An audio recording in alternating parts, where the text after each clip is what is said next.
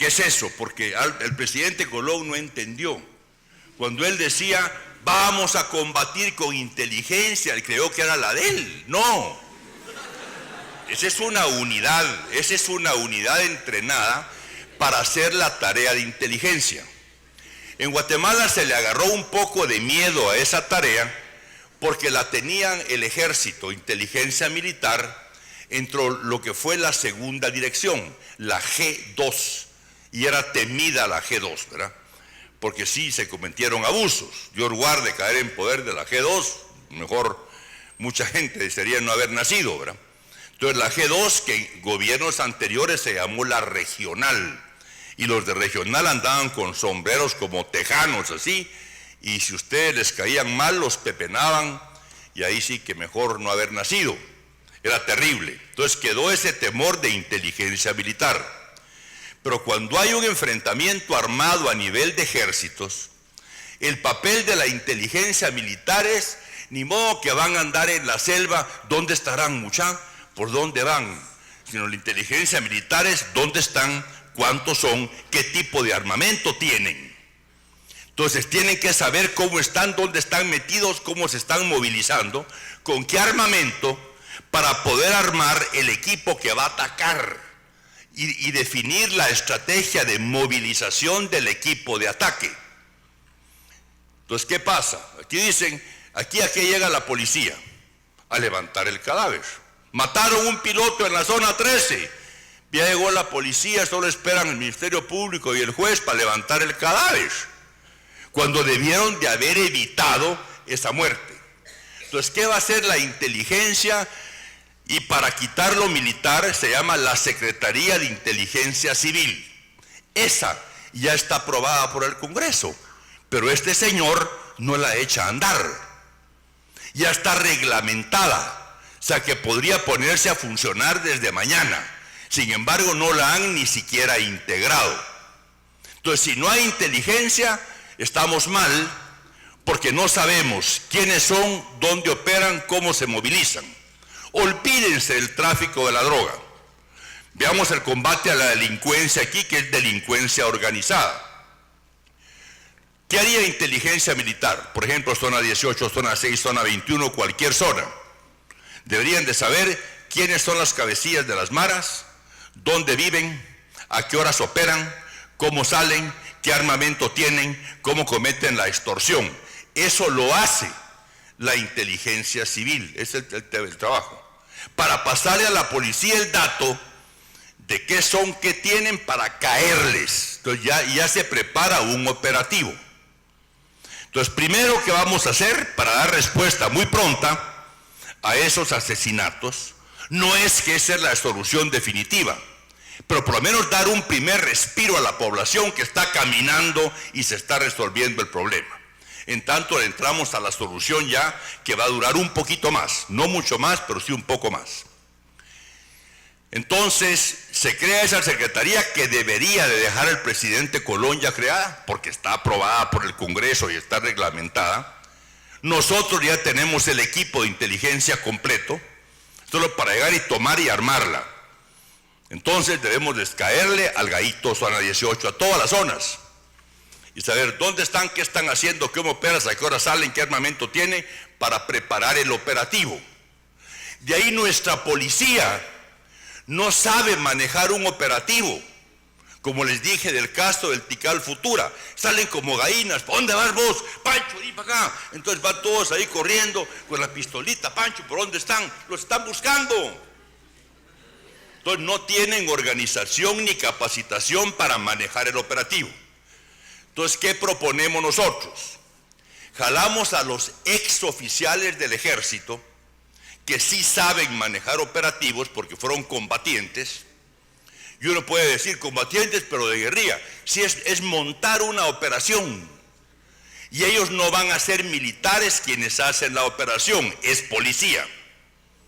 A cada uno de esos oficiales, por lo menos de grado de teniente coronel, van a ser los encargados de manejar el operativo. La inteligencia dice cómo, dónde, cuándo y a qué horas. El oficial tiene 30 policías Y es el que dice, agáchense 4, 5 a la izquierda, tantos a la derecha, y sabe cómo copar y cómo caerle a esa unidad de delincuentes. Con eso vamos a principiar a resolver los problemas, sobre todo que se dan en zonas donde ya hay gran cantidad de asesinatos y que deben ser eliminados en el muy corto plazo. Eso estamos seguros que va a funcionar. Claro está que lo primero que entra es la acción de inteligencia. Ahora vamos a la solución más estable. ¿Qué hace los Estados Unidos, por ejemplo, la Florida? El tema de seguridad vino para estar aquí por muchos años. Ese ya no se va. Vienen los crímenes informáticos, viene puchis, viene con la nueva tecnología, van a suceder nuevas cosas. Ya ven lo nuevo que hay con esos materiales explosivos que pueden implantarse, y hay nuevas amenazas de terrorismo, digamos, en los Estados Unidos. La tecnología y el crimen están evolucionando. Entonces, la carrera esa tiene que llegar a ser muy sofisticada. Entonces, ¿dónde, por ejemplo, en la Florida, dónde se forma la policía? Y ese proyecto lo empezó Jeb Bush cuando fue gobernador de la Florida. Se maneja en la Universidad en Tampa.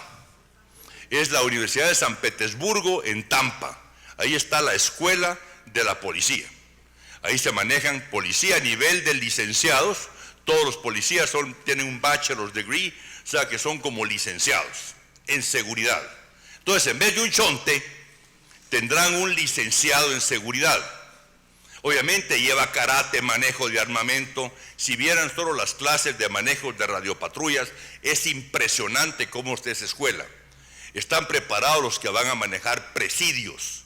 Esa universidad tiene la facultad de seguridad, es realmente impactante. Es impresionante ver el entrenamiento de esa gente. Pero ya tienen otro nivel, porque son comparables con un licenciado en Derecho, licenciado en Ciencias Sociales o Ingeniería. Es un hombre universitario estudiado, preparado para seguridad, capacitado física y mentalmente para actuar, porque tienen todo el entrenamiento en manejo de armas y todo. Y después vienen maestrías por especialidad en criminología, criminalística, acción terrorista, combate al narcotráfico. Entonces se divide en especialidades. Y hay hasta doctorados en seguridad, porque el tema de seguridad ahí está y no se va a ir. La nueva tecnología permite nuevas acciones criminales que son difíciles de combatir. Solo lo que son los crímenes informáticos y lo que puede pasar en los bancos, paralización de líneas aéreas. Las amenazas cada vez son mayores y tecnología que la permita, ahí está. Entonces nosotros transformamos la escuela de policía en un centro de formación universitaria en convenio, y estamos trabajando con la Universidad de San Petersburgo para hacerlo y tener una policía por lo menos del tipo de la Florida. Y quisiéramos para profesores de maestría tal vez traerlos de la policía inglesa. O sea, gente que sepa hacer investigación, que sepa actuar, que sepa tratar también al ciudadano honrado, que sean con la gente honrada, que conozcan las constituciones, en fin, un policía educado, altamente preparado. Eso es lo que esperamos hacer, iniciar en el gobierno desde el principio, pero concluirlo en un par de años. Entonces, así estamos tratando el problema de seguridad. Obviamente consideramos también que es necesario el fortalecimiento del ejército, el equipamiento del ejército, y de ahí viene la gran tarea: ¿cómo quitamos la corrupción en el organismo judicial? Porque si siguen los jueces podridos, obviamente un operativo como el que yo les planteaba requiere que vaya haciendo acompañamiento lo que es alguien de derechos humanos, porque se van a respetar los derechos humanos y deben respetarse. O sea, no al extremo como dicen hoy en día, cuando se dio, porque salió por televisión, el secuestro de la señora Novela, creo que fue, o Botrán, una de las señoras que secuestraron. Cuando entraron a sacarla, le pegaron con un rifle, un culatazo a un delincuente, a un secuestrador, y sangró un poquito. Y gritaron: ¡ay, lo golpearon! ¡ay, lo golpearon! se había secuestrado y matado a una señora y lo golpearon para agarrarlo. También es no llegar a ese extremo. Al que cometió un delito hay que agarrarlo, ¿verdad? Y si él si tira, pues habrá que tirar, ¿verdad? Hay que hacer lo que hay que hacer para parar esa delincuencia. Bueno, esa es en la parte de seguridad. Pero la seguridad no es una manifestación que se ha propagado en Guatemala debido a esa extrema pobreza. Entonces tenemos que entrarle al problema de la extrema pobreza. Muy bien. Para entrarle a la extrema pobreza tenemos que preguntarnos a qué se debe esa pobreza en Guatemala. ¿Es por falta de recursos naturales? No. ¿Es que los guatemaltecos somos haraganes? Tampoco. Vayan a ver el altiplano y todo, cómo trabaja esa gente en el campo. Entonces, ¿qué es? ¿Dónde está el mal? Y si se analizan las naciones que tienen, pues, porque hay partes de África donde realmente el recurso natural no ayuda mucho. Pero el mal, ¿dónde está? En la corrupción de los gobiernos. Por ejemplo, en Guatemala se estima que de cada 100 quetzales que se pagan de impuestos o está en el presupuesto, para un proyecto, 40% se quedan en el camino. La ruta está establecida. Al alcalde no le dan dinero para obra si no es a través de un diputado. Los diputados se matan por estar en la Comisión de Finanzas, por ejemplo. Entonces ahí vienen y le dan plata al diputado, al alcalde. Los alcaldes se reeligen y se reeligen. Y ellos son los dueños de las constructoras. Entonces cuando hacen una obra, por ejemplo, ustedes lo leyeron del alcalde de Chinautla, cuando lo llamaron para preguntarle, dice, mire, son sus hijos los dueños de las constructoras. Sí, son los mejores, ¿y qué? Aquí mando yo en Chinautla. Y mire, usted lleva 3 periodos y me va a quedar 20 años más, ¿y qué? Así es un territorio, pues, que está copado. Entonces, cuando uno sigue la ruta de cómo se hacen las obras públicas, municipales, y cómo están encadenados diputados con alcaldes para conseguir el recurso y de lo que se invierte, cuánto es lo que realmente se invirtió, quedándose perdido o malversando es pagando más, un 40%, no podemos llegar a resolver esos problemas. Entonces, esas líneas de corrupción hay que romperlas. Y para eso, ¿qué hay que hacer? Que el mismo presidente denuncie al juez o al diputado que esté haciendo trinquete, se le va a la fiscalía y se mete al bote. O sea, hay que actuar con toda drasticidad en contra de esa gente, no hay otro camino. Ahora, si el presidente lo que quiere es su tajada, entonces seguiremos en la misma cosa, ¿verdad? Porque hay otro grupo, los inversionistas en la política, son los que pagan campañas. Porque ustedes ven y ven en la tele y ven en la radio, solo calculen en la tele 30 segundos, son 37,000 quetzales. Vean cuántos anuncios hay al día y dirán cuántos millones se van al día. Esos millones, que suman muchísimos millones, alguien los pone. Y ese alguien lo hace con un propósito: ser proveedor del Estado, tener el monopolio sobre las construcciones, estar metido en el manejo de hospitales, en él ser la exclusividad de vender fertilizantes, de vender medicinas y todos esos negocios turbios que no permiten que el país pueda progresar y nos llevan a la situación en que estamos ahora. Entonces, eso debe de pararse. Nosotros tenemos ya creada lo que es la Secretaría Anticorrupción, donde se va a entrar con toda la drasticidad a cortar esas líneas. Si no quitamos la corrupción, olvidémonos del desarrollo. Entonces, una vez un gobierno controle la corrupción, tenga la acción para empezar a pacificar o a cortar la acción criminal, ya vamos dando un pequeño paso, porque eso debe suceder muy rápido y eso sí es posible. Vamos a introducir lo que es el gobierno electrónico para controlar y tener más control para evitar la corrupción. Pero ahora viene un gran problema y me estoy salteando por el tiempo, no sé si ya me pasé el tiempo o no. ¿Cuánto queda? ¿Cuánto? ¿Y cuántos son los que tenemos? Es que van a tener que preguntar también. Entonces voy a cerrar rápido con un par de temitas nada más y ustedes preguntan. Si no me paso aquí toda la tarde porque sé mucho que decir, pero sí les vamos a hacer llegar el plan de gobierno. Lo tendremos en Facebook puesto ya la próxima semana y van a poder leer todo y estamos ahí listos para responder preguntas que tengan. Guatemala, como saben, estamos en un hoyo financiero espantoso. Y los problemas que puedan venirse en las próximas semanas son graves. El presidente le otorgó un incremento a los maestros, no se los puede pagar. En los hospitales ya no hay medicina, hoy hay paros en varios hospitales. La situación de los 2 hospitales de la capital, Roosevelt, San Juan de Dios, es súper crítica. O sea, ya no hay medicinas. Eso es aquí en la capital. En el interior los centros de salud ya no están operando. Entonces ya no hay, imagínense una gente, los que hemos tenido algún dolor o que les duele el estómago, ustedes vamos a la farmacia, los de allá, ¿qué hacen? En San Ildefonso, Ixtahuacán, ¿dónde van a ir a conseguir una medicina o quién los va a atender? No se puede. Ya es infrahumano y ya no tienen cómo financiar. Quieren forzar al Congreso a seguir endeudándonos. Querían un préstamo como de 5,000 millones más, algo así. ¿Para qué? ¿Para una campaña presidencial o para ver qué pueden pepenar todavía en la recta final para dejar el país más endeudado? Lo cual es peligroso porque eso hay que pagarlo.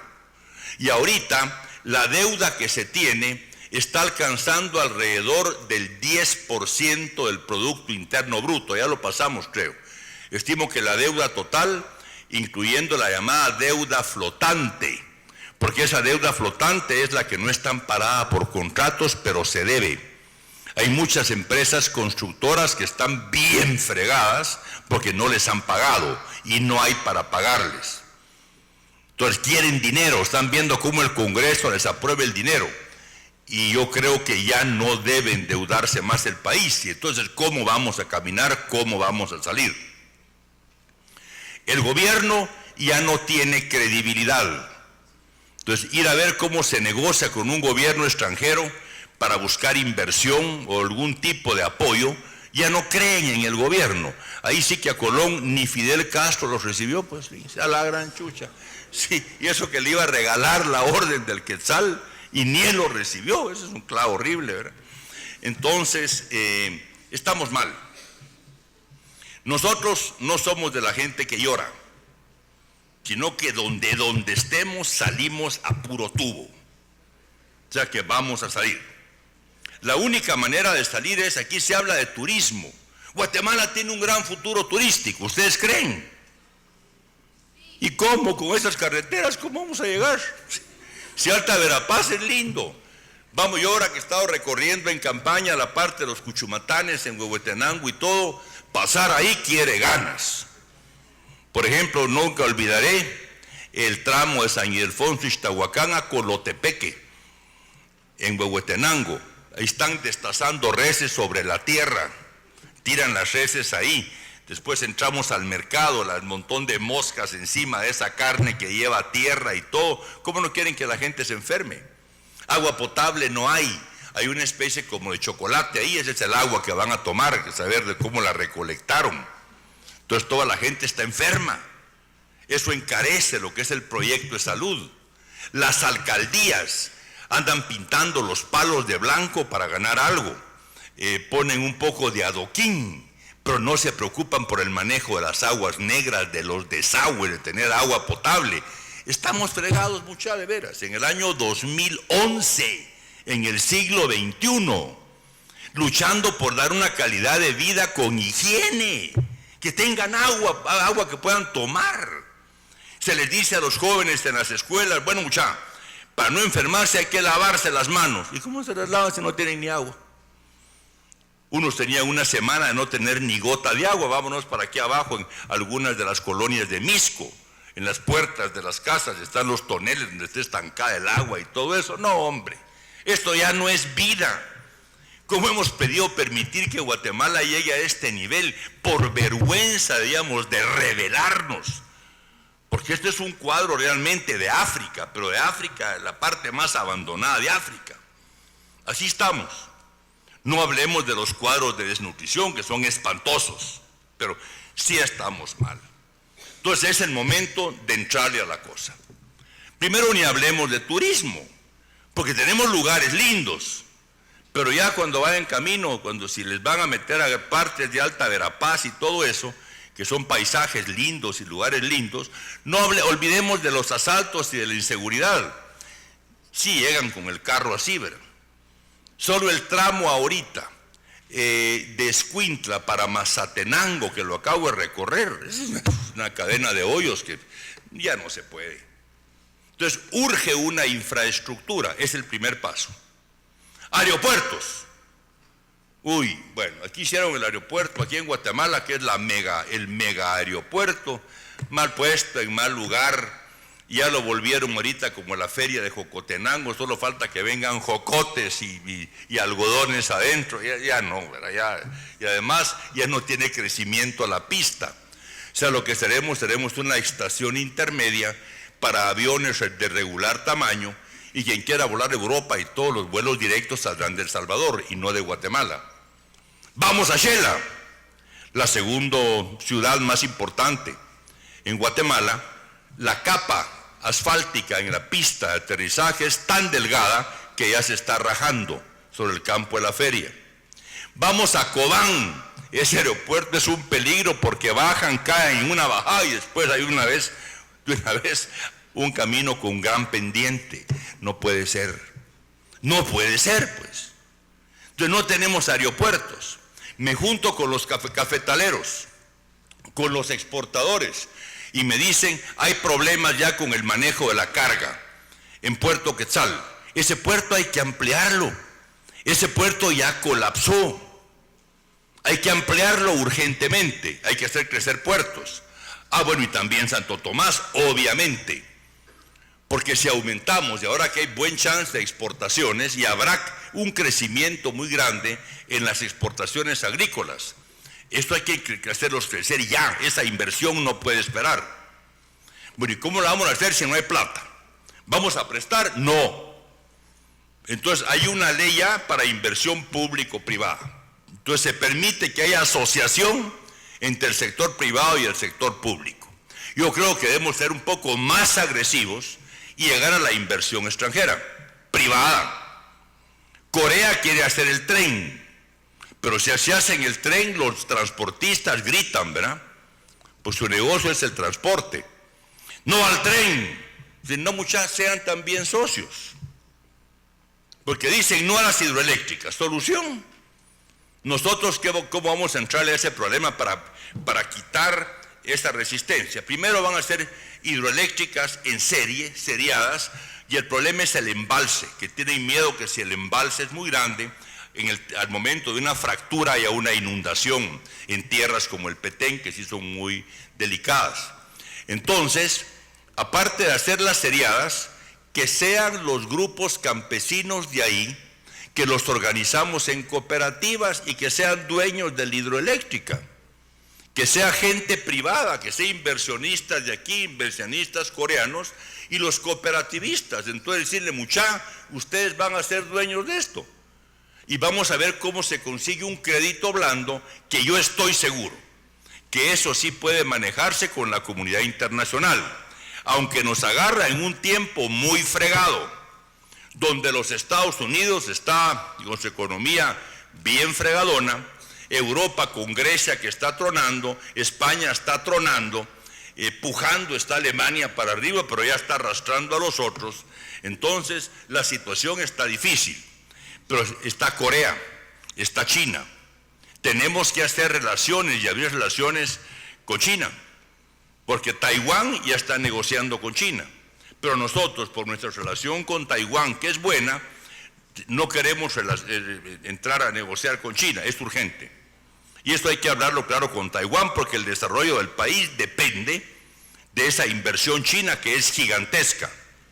China hace los trenes y que los transportistas locales sean socios también, que no sea el gobierno el propietario del tren. Lo que queremos es que haya tren. Y eso no se da, eso no es privatizar, porque lo que se está dando es en concesión que hagan el negocio por 40 años, por 30 años, por 25 años, hasta que recuperen su capital. Pero ¿cuál ha sido el problema? Pues carreteras solo se van a poder hacer supercarreteras que de una vez por todas aguanten, no que con cada lluvia se destruyen y hay que empezar de nuevo. Entonces hay que hacer supercarreteras de concreto y esas hay que hacerlas con peaje. Todo el mundo y con los que hemos hablado, tanto productores agrícolas, dispuestos a pagar el peaje, porque les sale más caro destruir los camiones del transporte y tardarse más en que llegue la mercadería al puerto, además del atraso que hay en los puertos, que si tuvieran una supercarretera y pagan el peaje. La negociación debe ser totalmente transparente, porque mucha gente se molesta por el peaje, porque los que están en el gobierno quieren ser socios de los que hacen las carreteras. Entonces, si viene una empresa coreana y me dice, yo quiero participar para hacer los tramos carreteros, un tramo carretero en la transversal del norte, por ejemplo, para dar un nombre, y le decimos, muy bien, la carretera costaría tanto y usted recuperaría su dinero en tantos años con tal utilidad que sea más para él un incentivo. Entonces él se mete, pues si le decimos, mire, pero ya sabe que la mitad es mía, entonces no se va a meter, pues si le están ya pidiendo de entrada algo. La transparencia, la honradez de gobierno es vital, si no este país no puede caminar. Un gobierno que pretenda ir a seguir robando y no enfrente verdaderamente con toda la fuerza la corrupción, sí está muy mal. Por eso es que sí hay que poner cuidado cuando voten o cuando participen. Por lo menos ustedes que son representantes del intelecto guatemalteco, preguntarse, bueno, ¿y ese señorón qué ha hecho pues o qué sabe, verdad? ¿Qué ha hecho? ¿Verdad? Hay que preguntarse, ¿verdad? Decir, miren, y de veras, ¿será que hay honradez ahí? ¿Qué equipo de gente lo está rodeando? ¿Cómo estarán? Y hoy en día se puede sacar mucha información, ya no es tan difícil como antes. Entonces son temas que hay que ponerles mucho cuidado. Yo veo que todo tiene solución. En nuestro equipo tenemos entusiasmo de veras por entrar a hacer las soluciones. No tenemos miedo. O sea, que estamos convencidos que va a ser una tarea difícil, pero que se puede hacer. Lo más difícil es recuperar en el pueblo la confianza, porque está perdida la confianza en los gobiernos. Que el pueblo de Guatemala recupere la confianza que sí se puede lograr el cambio y hacer aquí un país próspero. Eso sí se puede. Y eso es lo que vamos a hacer.